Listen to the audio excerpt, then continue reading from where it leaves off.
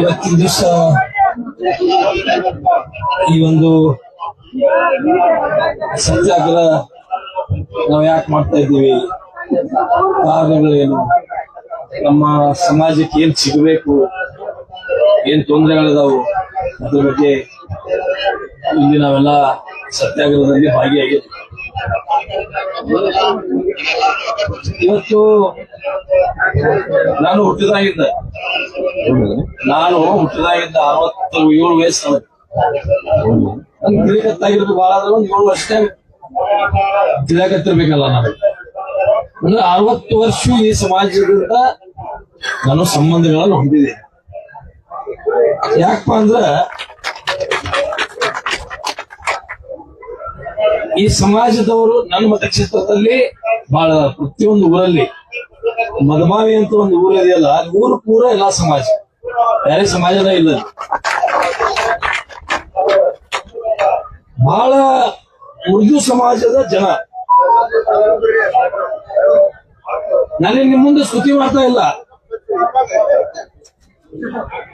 ನಾನು ನಿಮ್ಮ ವೋಟ್ಗಾಗಿ, ನನಗೆ ಇವು ಜನ ಸಮಾಜದವ್ರು ವೋಟ್ ಹಾಕ್ಬೇಕು, ರಾಜಕಾರಣ ಮಾಡ್ಲಿಕ್ಕೆ ನಾನು ಇಲ್ಲಿ ಬಂದಿಲ್ಲ. ನಾನು ರಾಜಕಾರಣ ಮಾಡೋದಕ್ಕೆ ನಿನ್ನೆ ಅಸೆಂಬ್ಲಿಯಲ್ಲಿ ಅಲ್ಲಿ ಈ ತರ ಮಾತಾಡ್ತಾ ಇರ್ಲಿಲ್ಲ. ಇಲ್ಲಿ ನಾನು ಒಬ್ಬನ ಬಂದಿದ್ದೆ ಬೆಳಗ್ಗೆಯಿಂದ, ಅನಿಸ್ತದಲ್ಲ. ಯಾಕೆ ಬರೋದಿಲ್ಲ ಬೇರೆ MLA-ಗಳ ಮಂತ್ರಿಗಳ ಅಂದ್ರೆ, ಮುಂದಿನ ಸಲ ನಮಗೆ ಟಿಕೆಟ್ ಕೊಡಾಗಿಲ್ಲ, ನನಗೆ ಮಂತ್ರಿ ಮಾಡೋದಲ್ಲ, ನೀ ಅಲ್ಲಿ ಹೋಗಿ ಭಾಷಣ ಮಾಡಿದಿ ಒಂದೇ ಸಮಾಜಕ್ಕೆ, ನನಗ ಯಾವ್ದು ಹೆದರಿಕೆಯೂ ಇಲ್ಲ, ನನಗೆ ಮುಂದಿನ ಸಲ MLA ಆಗ್ಬೇಕು ಅನ್ನೋದಿಲ್ಲ. ನಿಮ್ಮೆಲ್ಲರ ಆಶೀರ್ವಾದ ಇದ್ರೆ ನಂಗೆ ಟಿಕೆಟದು ಅವಶ್ಯಕತೆ ಇಲ್ಲ. ಇದೆಲ್ಲ ನಮ್ಮಲ್ಲಿ ಜನ ಹೆದರ್ತಾ ಇದ್ದಾರೆ. ನಾನು ಮೊನ್ನೆ ಅಸೆಂಬ್ಲಿಯಲ್ಲಿ ಪ್ರತ್ಯೇಕ ರಾಜ್ಯದ ಬಗ್ಗೆ ಮಾತಾಡಿ, ಎಲ್ಲರೂ ಬಂದು ಮುತ್ತಿಗೆ ಆಯ್ತು. ಏನಿ ಸರ್ಕಾರದ ವಿರುದ್ಧ, ಸರ್ಕಾರದಲ್ಲಿಯೇ ಶಾಸಕಾಗಿ ಸರ್ಕಾರದ ವಿರುದ್ಧ ಮಾತಾಡ್ತಾ ಇದ್ದಿ.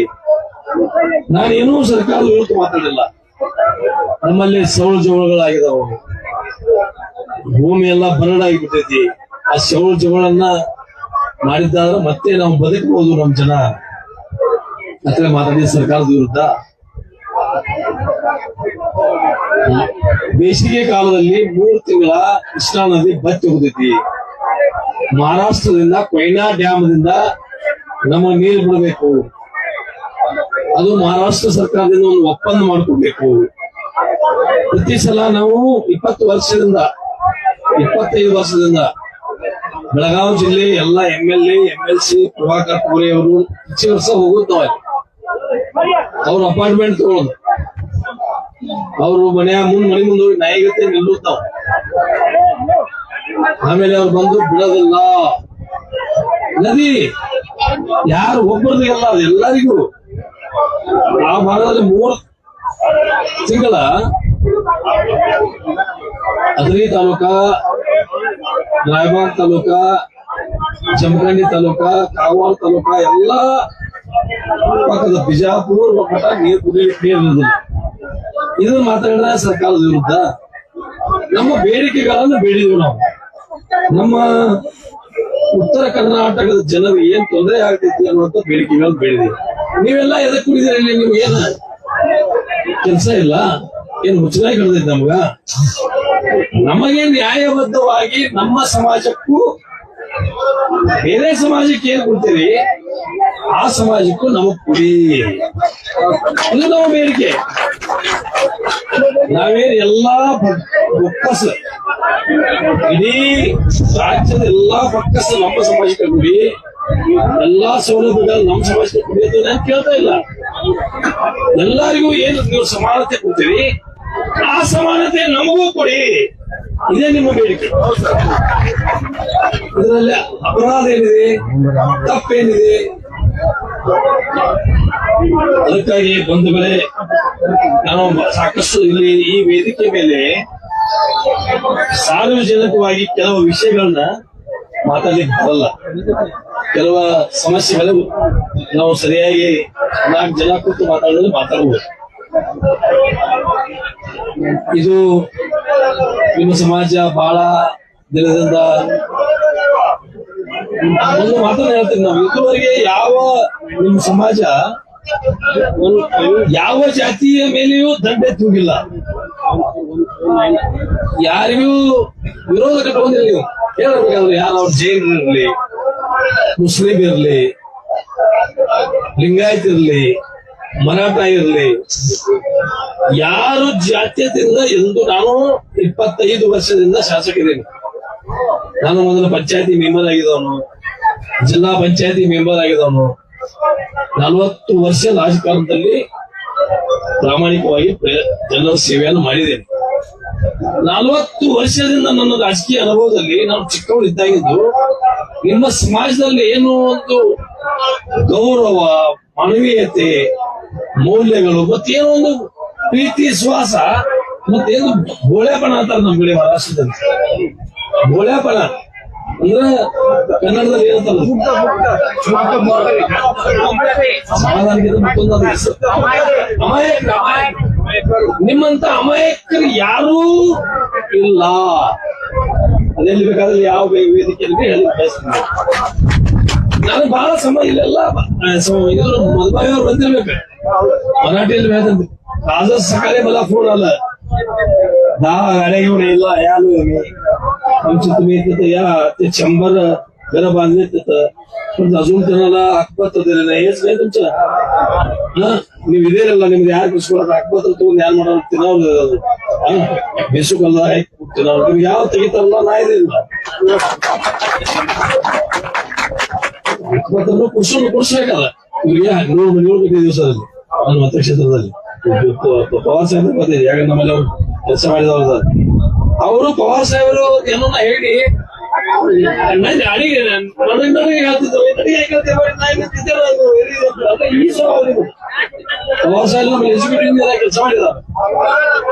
ಇವತ್ತು ನಿಮ್ಮ ಸಮಾಜ ಬಗ್ಗೆ ನನಗೆ ಗೌರವ ಇನ್ನೊಂದು ಏನಾಗಿತ್ತು, ನೀವು ಇವತ್ತು ಕುಡಿದಿರ್ಲ ಅವರೆಲ್ಲ ಕುಡಿದಲ್ಲ, ಅವರೆಲ್ಲ ನಮ್ಮ ಸಮಾಜಕ್ಕೆ ವಿರೋಧ ಮಾಡ್ತಾರೆ. ಒಬ್ಬ ಕುರುಡ ಬರ್ತದಲ್ಲ ಅಂದ ಕುರುಡ ಕಂದಿ ಹಿಡ್ಕೊಂಡು ಹೋಗ್ತಿದ್ದವ ಕತ್ಲಾಗ ರಾತ್ರಿ ಸಮಯದಲ್ಲಿ. ಕಂದಿ ಹಿಡ್ಕೊಂಡು ಹೋದಾಗ ಒಬ್ಬ ಬಂದ, ಹುಚ್ಚು ನೀನ ಕೊಟ್ಟಿದಿ, ನಿನ್ಗ ಕಣ್ಣು ಕಾಣಂಗಿಲ್ಲ, ಮತ್ ಕಂದಿಲ್ ತಗೊಂಡ್ ಏನ್ ಮಾಡಿದೀನಿ, ಕಂದಿಲ್ ತಗೊಂಡ್ ಯಾಕೆ ಕೊಟ್ಟಿದಿ? ಅದಕ್ಕೆ ಅವ ಏನ್ ಉತ್ತರ ಕೊಟ್ಟು ಗೊತ್ತಾ, ಮರಯ್ಯ ನಾ ಕುಡಿದೇನು ನನಗೇನ್ ಕಾಣುದು ಗೊತ್ತೈತಿ, ನಾ ಸುಮ್ಮನೆ ನನಗೆ ಯಾವ ಬಂದ ತೆಕ್ಕೆ ಹೊಡಿಬಾರ್ದ ಹೋದ.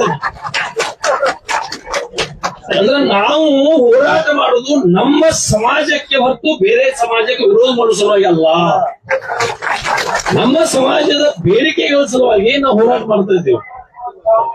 ನಾವೇನು ಬೇರೆದವ್ರಿಗಿಂತ ಹೆಚ್ಚಿಗೆ ಕೊಡ್ರಿ ಅಥವಾ ನಮಗ ಎಲ್ಲಾ ಬಜೆಟ್ ಅನ್ನು ನಮ್ಗ ಕೊಡೋದ್ ಕೇಳತ್ತಿಲ್ಲ, ಸಮಾನತೆ ತಗೊಂಡ್ ಬರ್ರಿ. ಏನು ಪರಿಶಿಷ್ಟ ಜಾತಿ, ಪರಿಶಿಷ್ಟ ಪಂಗಡ ಇದು ಬೇರೆ ಸಮಾಜಕ್ಕೆ ಕೊಟ್ಟಿದ್ದೀರಿ, ಅವು ಮೀಸಲಾತಿಯನ್ನ ನಮಗ್ ಕೊಡ್ರಿ. ಇದ್ರ ಸಲುವಾಗಿ ನಾನ್ ನಿಮ್ಮ ಜೊತೆಗಿದ್ದೀನಿ, ನಿಮ್ ಜೊತೆಗೆ ಯಾವಾಗೂ ಇರ್ತೇನೆ. ನಾನು ಇಲ್ಲೇ ಘೋಷಣೆ ಮಾಡ್ತೇನೆ, ಮುಂದಿನ ಚುನಾವಣೆಯಲ್ಲಿ ನನ್ಗೆ ಎಲ್ಲದಲ್ಲ, ನನಗೆ ಓಟದ ಅವಶ್ಯಕತೆ ಇಲ್ಲ. ಇಷ್ಟಿದ್ರು ನಾನು ಯಾಕೆ ಆಶ್ವಾಸ ಕೊಡ್ತೇನೆ, ನಿಮ್ಮ ಜೊತೆ ನಿಂತು ಹೋರಾಟನ ಮಾಡ್ತೀನಿ. ನೀವು ತಿಳ್ಕೊಂಡಿರ್ಬೇಕಲ್ರಿ, ನೀವು ಮುಂದಿನ ಇಲೆಕ್ಷನ್ ಓಟ್ ಸಲುವಾಗಿ ಇವ್ ನಾಟಕ ಮಾಡ್ಲಾಕ್ ಬೈದಾರು, ಓಟ್ ಸಲುವಾಗಿ ಇವ್ರಿಗೆ ಬೈದಾರು. ನಾ ಹೇಳಿಲ್ಲ ಏನ್ರಿ, ಯಾಕಂದ್ರೆ ಕೆಲವು ಜನ ಓಟದ ನಾಟಕ ಮಾಡೋ ಜನ ಬಹಳ ಆಗಿದಾರೆ. ನಾವ್ MLA ಗಳ ಬೇರೆದವರಲ್ಲ, ಕೂತ ಜನ ಅಲ್ಲ, MLA ಗಳೆಲ್ಲ ಬಂದ ನಿಮ್ಮನ್ನ ಹಂಗ ಮಾಡ್ತೀವಿ, ಚಂದ್ರ ಮ್ಯಾಗ ಓಡ್ತೀವಿ, ಸೂರ್ಯ ಮ್ಯಾಗ ಹೊಯ್ತೀವಿ, ನಿಮ್ಮನ್ನ ಹಂಗ ಮಾಡ್ತೀವಿ ಅಂತ ಹೇಳುವವರು ಬಹಳ ಮಂದಿ ಇದಾರೆ. 25 ವರ್ಷದಿಂದ ನಿಮ್ ಜನರಿಗೆ 25 ಎಲ್ಲರೂ, ಅದು ಯಾವುದೇ ಊರುಗಳಿರಲಿ ಪವರ್ ಸಾಹೇಬ್ರ, ನಾನು ಎಂದೂ ನಾಟಕ ಮಾಡಿಲ್ಲ, ನಾಟಕೀಯ ಭಾಷೆನೂ ಮಾಡಿಲ್ಲ, ನನ್ಗೆ ಬರೋದು ಇಲ್ಲ. ಸುಳ್ಳು ಹೇಳಾಕ ಬಹಳ ಮಂದಿ ಹೇಳಿದ್ರು ನನಗೆ, ರಾಜಕಾರಣದಾಗ ಸುಳ್ಳು ಮಾತಾಡ್ಬೇಕಾದೈತಿ, ಸ್ವಲ್ಪ ಸುಳ್ಳು ಮಾತಾಡೋದು ಬರೋತ್ರಿ. ಅದ ನನಗೇನ್ ರಕ್ತದಾಗ ಬಂದಿಲ್ಲ ಅಂತ ಹೇಳಿ ನಿಮ್ಮ ಯಾರು ಜಿಲ್ಲಾ ಪಂಚಾಯತ್ ಇರಲ್ಲ ಇದ್ರಲ್ಲ, ನಮ್ಮ ಅಪ್ಪನ ಕೂಡ ಪರ್ವ ಬರ್ಲಿಕ್ಕೆ ಮದುವೆ ಅಮ್ಮ ಕೊಡ್ತೀವಿ. ಅವರು BL ಪಾಟೀಲ್ ಕೂಡ ಅರ್ಧಿ ರೈಟ್ ಅಂತ ಅವ್ರು ಮೊದಲು ಏನ್ ಮಾಡ್ಬೇಕು, ನಮ್ಮ ಸಮಾಜವನ್ನ ಪ್ರೀತಿಸ್ಬೇಕು, ಬೇರೆ ಸಮಾಜವನ್ನ ಗೌರವಿಸ್ಬೇಕು. ಈ ಭಾರತ ದೇಶದಲ್ಲಿ ಯಾರು ಯಾರಿಗ್ಯಾರು ವೈದ್ಯ ಇರೋಲ್ಲ. ಈ ಜಾತಿ ವ್ಯವಸ್ಥೆ ಹೆಂಗೆ ಒಂದು ದೇಶ ಕ್ಯಾನ್ಸರ್ ಇದೆಯಲ್ಲ, ಆ ಕ್ಯಾನ್ಸರ್ ತರ ನಮ್ಮದಲ್ಲಿ ಬೆಳೆದು ಹೋಗಿತ್ತು. ನಾವು ಯಾವಾಗಲೂ ತಿಳ್ಕೋಬೇಕು, ಜಾತಿ ಹೀನನ ಮನೆ ಜ್ಯೋತಿತ ಹೀನವೇ.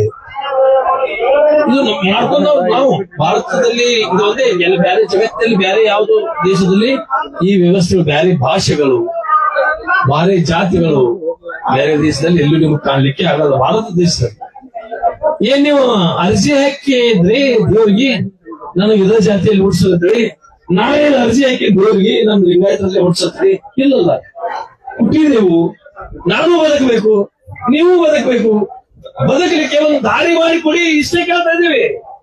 ಯಾರೇ ಇಲ್ಲದೆ ಯಾರೇ ಸಮಾಜದವ್ರು ಇದು ಇವತ್ತು ರಾಜಕಾರಣಿಗಳು ನಮ್ಮಂತವ್ರು ನಿಮ್ಮನ್ನ ಒಡೆದು ಆಳಕತ್ತೀವಿ. ಯಾರಪ್ಪ ಅಂದ್ರೆ ನಾವು, ಹೌದಿಲ್ರಿ?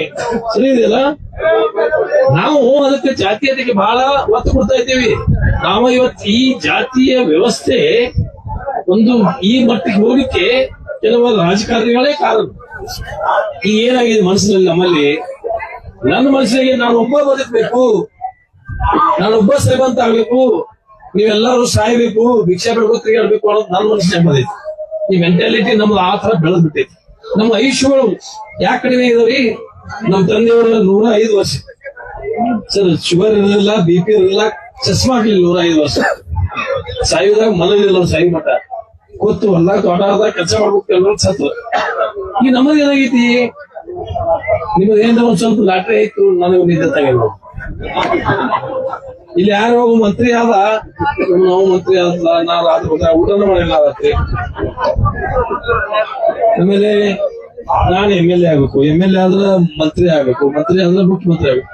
ಈ ಮೆಂಟಾಲಿಟಿ ನಮ್ಮ ಅದ್ ಯಾಕೆ ನಮ್ದು ತಿನ್ನಾಕದೇವಿ ಹೊಲಸಲ್ಲ, ಇಸಾಕೊಂಡು ತಿನ್ನಾಕದೇವು, ಫುಡ್ ಸರಿಯಾಗಿ ತಿಂತಾ ಇಲ್ಲ, ಮತ್ತೆ 50 ವರ್ಷ ಸಾಯಲಾಗಿದ್ದೀವಿ.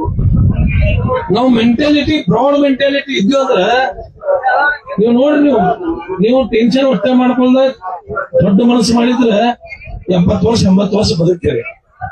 ಬೇರೆಯವ್ರು ಚಲೋ ಆಯ್ತು, ನಮ್ಮ ಕೆಟ್ಟ ಕೆಲಸ ಆಗೈತಂದ್ರೆ 50 ವರ್ಷದಾಗ ಸಾಯ್ತೀವಿ. ಈ ವ್ಯವಸ್ಥೆ ಇವತ್ತಿನ ದಿವಸ ಬಂದಿದೆ.